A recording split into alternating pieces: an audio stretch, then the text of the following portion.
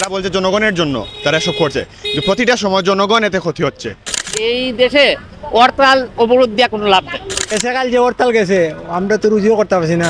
বর্তমান পরিস্থিতিতে আসলে সবকিছুর যে অবস্থা, ঠালমাটাল অবস্থা কিন্তু আমরা বলতেই পারি, বাজারের বলেন আর দেশের পরিস্থিতি বলেন। এ ধরনের অগ্নিসন্ত্রাস, জ্বালাও পোড়াও এসব থেকে সরে আসুক এই আহ্বান জানাই। রবিবার সকাল সন্ধ্যা হরতাল পালনের পর এবার 31 অক্টোবর থেকে 2 নভেম্বর পর্যন্ত টানা 3 দিনের অবরোধের ডাক দিয়েছে বিএনপি। তবে বিএনপির ডাকা এই অবরোধ সাধারণ মানুষ কতটা আমলে নিচ্ছেন, তাদের ভাবনাই বা কি, চলুন দেখে আসি। হরতাল বিএনপি দেওয়া মানে সাধারণ মানুষের বিরাট ক্ষতি। আমরা চাই না শান্তি শৃঙ্খলাভাবে আওয়ামী লীগ হোক বিএনপি হোক শান্তি শৃঙ্খলা, কারণ এটাই লেগে বড় দেশের অবস্থা খুব কাহিল হয়েছে এই 3 দিনের অবরোধে। আমি ঢাকাতে যাব, ঢাকাতে গেলে দেখা যায় ফ্লাইটে যাই তুইব, ফ্লাইটে তুইব, এছাড়া তো কোনো বিকল্প নেই। আমার 10,000 টাকা আনাইলে আমার 3,000 টাকাই আমি চলে যাইতে পারতাম। এটাই লেগে আমরা চাই শান্তি। এই বাংলাদেশ একটু ছোট্ট দেশ, এই শান্তি শৃঙ্খলা এবং এই দেশে হরতাল অবরোধ দেওয়া কোনো লাভ নেই।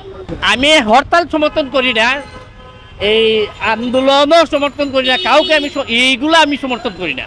আমরা জনগণ এলাকার সাধারণ মানুষ কেটে খাওয়ার মানুষ, আমরা দিতাম খাইতাম, এটাই আমরা চাই। তারা বলছে জনগণের জন্য তারা এসব করছে, কিন্তু প্রতিটা সময় জনগণ এতে ক্ষতি হচ্ছে।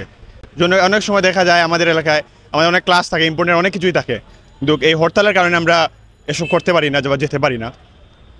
আমি বলি এতে জনগণই ভোগান্তিতে পড়ছে, আলটিমেটলি ক্ষতিটা জনগণের সাধারণ মানুষেরই হচ্ছে। আমি এটা চাই যে এসব তাকে তারা হরতাল না ডাকুক। আমরা আমাদের ক্লাস থাকে, অনেক সময় আমরা ক্লাস সময় মতো করতে পারি না, অনেক সময় পুলিশ অনেক জায়গায় চেকিং করে বা অনেক সময় অনেক হয়রানি করে এসব কারণে, এবং আমরা সময় মতো ক্লাস করতে পারি না। অনেক ড্রাইভাররা তাদের ভাড়া অনেক বেরিয়ে দেয় আর কি হরতালের অজুহাতে। বর্তমান পরিস্থিতিতে আসলে সবকিছুর যে অবস্থা, ঠালমাটাল অবস্থা কিন্তু আমরা বলতেই পারি, বাজারের বলেন আর দেশের পরিস্থিতি বলেন।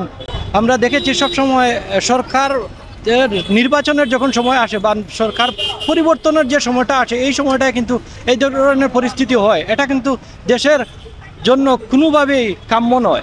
যেমন সাধারণ মানুষ ক্ষতিগ্রস্ত হচ্ছে, যেমন সরকারে যারা আছে তারাও ক্ষতিগ্রস্ত হয়, তেমনি আমাদের বিরোধী দলে যারা থাকে সবাই কিন্তু মানুষ, সবাই ক্ষতিগ্রস্ত হয়। তাই আমি আপনাদের মাধ্যমে সবাইকে উদাত্ত আহ্বান জানাই যে আপনারা আলোচনার মাধ্যমে পরিস্থিতি সমাধান করেন।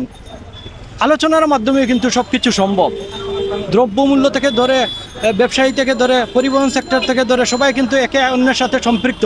আমি এখন মেডিকেলে আছি, বর্তমানে মেডিকেলের অবস্থা, আগামীকালকে কিন্তু যানবাহন চলবে না। আজ রাতেই আমাকে এই মেডিকেল থেকে বিদায় নিতে হচ্ছে। এই যে আতঙ্কের মধ্যে আছি বা আশঙ্কা আমাদের মনে আছে, এটা কিন্তু সাধারণ সব জায়গায় সব মানুষ এই ধরনের অবস্থার ফিল করতেছে যে আগামীকালকে কি হবে, অবরোধ হলে কি হয়। এটা অত্যন্ত দুঃখজনক। আমরা আশা করি, জাতির কাছে আশা করি সবাই মিলে, বিরোধী দল, সরকার দল সবাই মিলে একটি সুষ্ঠু সমাধান আলোচনার মাধ্যমে করেন, এতে আমাদের সকলেরই মঙ্গল হয়। আমরা তো চলা কষ্ট হয়ে গেছে, প্রচুর কষ্ট হয়েছে। গেছে কাল যে হরতাল গেছে আমরা তো রুজিও করতে পারছি না, গাড়ি ভাড়া 8 বইয়ে দেওয়া লাগছে, রুজিও করতে পারছি না। আবার 3 দিন তো অবরোধ দেয়, তো আরে জানে মরিছি যে অবরোধ আমরা রুজি করতাম পারি না, বাচ্চা কাচ্চার মুখে খানি তুলে দিতাম পারি না, এই অবরোধ তো আমরা সমর্থন করি না।